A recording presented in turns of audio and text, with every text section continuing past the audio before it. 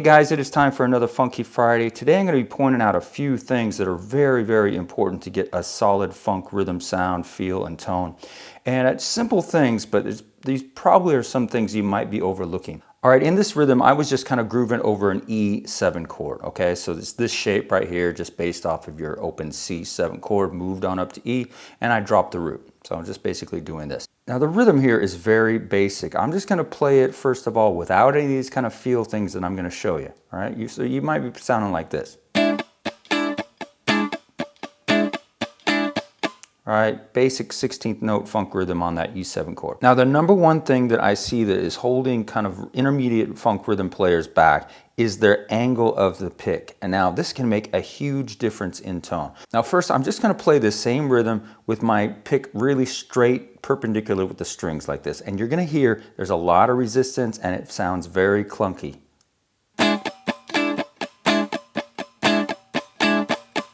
Okay, very, very common problem. Now, check out what happens if I just angle the pick down. So I'm going to kind of play with the pick angle down at about 45 degrees, something like that. And then I'm also going to turn it inwards. I'm going to turn it inwards where the side of the pick is making contact with the strings more than just kind of the tip. All right, so again, I move it downward, kind of at a 45-degree angle. I'll kind of come over to the side, maybe you can see a little bit better. All right. Down, angle down about 45 degrees, and then a little bit inward so that I'm kind of, making contact with the string on the edge of the pick there. Now listen to the difference in sound we get here. Hold on a second, move back. Here's what we had. Now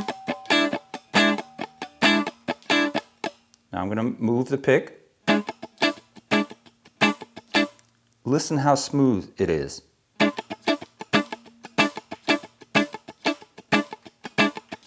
All right, here's what we had.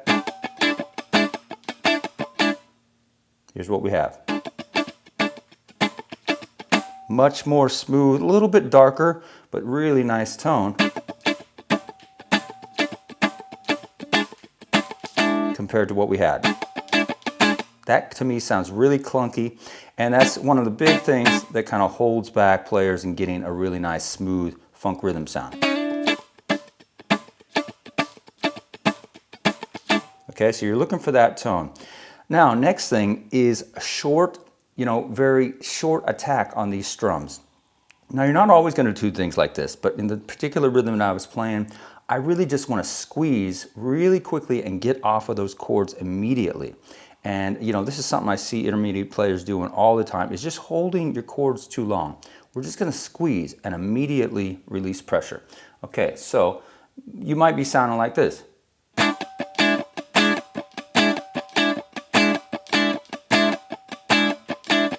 Again, I'm going to angle my pick down. Now, this time, I'm going to get off of those strums really quickly. So just think, squeeze, squeeze, squeeze, and immediately release pressure.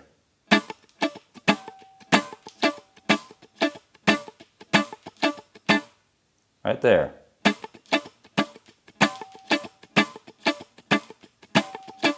We want these just sharp, quick little strums and immediately releasing the pressure. Okay, so that makes a huge difference. Now, one last thing is just putting accents on 2 and 4. Okay, and this just kind of helps the groove dance a little bit more.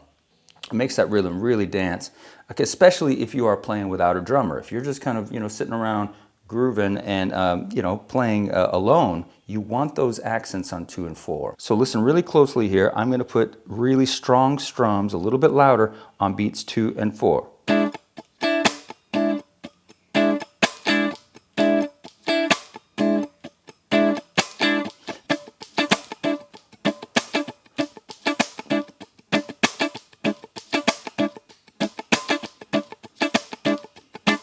And lastly, I like to throw in fills occasionally, little chord fills, kind of in the last couple beats of the rhythm. Usually maybe every other bar or maybe every 4 bars, throw in a little bit of fill. But in order to do that, you need to know all the things that are available to you in the space of the neck which you are playing.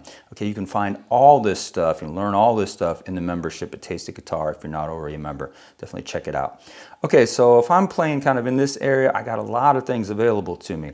I got my little sidestepping moves, extracting a couple notes from the chord, like this 3rd and 7th, or the 7th and 9th. I got 6-9 combo right here.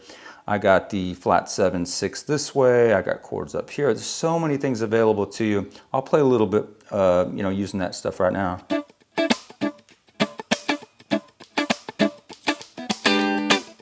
Seven sharp 9 chord, 6-9 combo.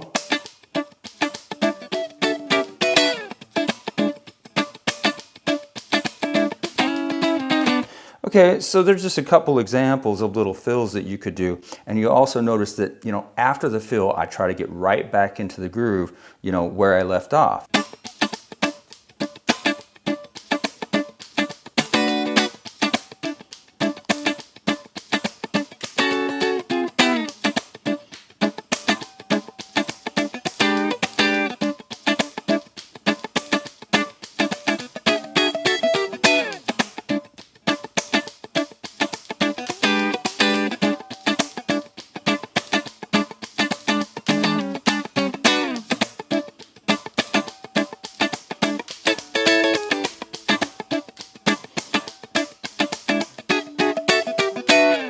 Anyways, guys, I hope you enjoyed that little Funky Friday.